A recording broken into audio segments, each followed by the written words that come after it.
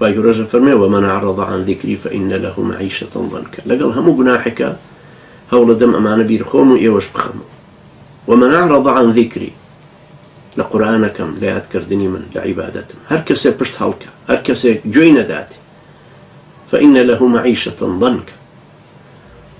ژیانێکی تەنگ و تار و ناڕەحەت و پشێوی و سەر لێ شەوانی تووشن ئەمە جگەلەوەی عقوبەتەکەی قیامەتیشیە فەرمێ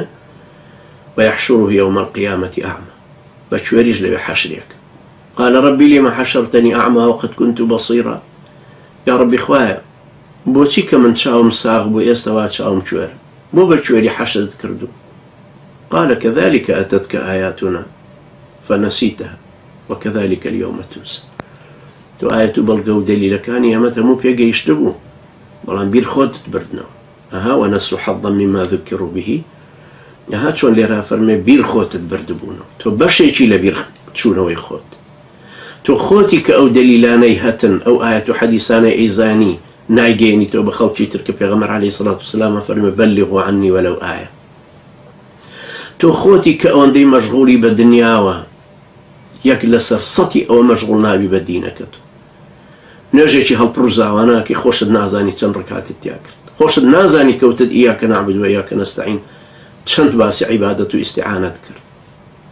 خۆشت نازانی کە ئەڵێ مالکی یوم الدین قیامەتت چەند بیر کەوت ومن أعرض عن ذكري فإن له معيشة ضنكا